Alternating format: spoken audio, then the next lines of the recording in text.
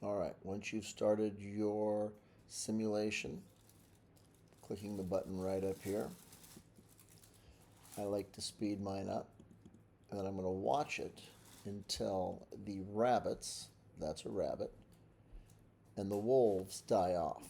If the rabbits die off first, we're going to wait for the wolves to die off.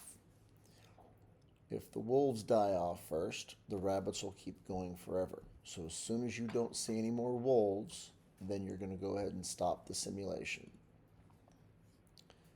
So the rabbits are eating the grass, the wolves are eating the rabbits, and it looks like rabbits survived and the wolves died off. So here's when I pause.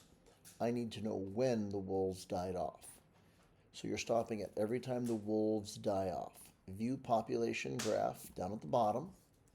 This shows you how the graph is changing over time. Then if you display tabular data, you can see now when the wolves die off and if the rabbits died off when the rabbits died off. So you scroll down until the wolf percentage gets to be 0. Right there. It is 0 at 129.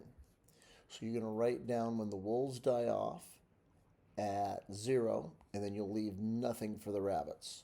If the rabbits die off first, you will write down when the rabbits die off, and then the wolves will die off shortly afterward, and then you write down when the wolves die off. You'll do that a couple of times. Then you will change one thing on either the rabbits or the wolves. There's lots of things you can change under both of these. And then you'll go ahead and run it again and see if that changes your results. Good luck.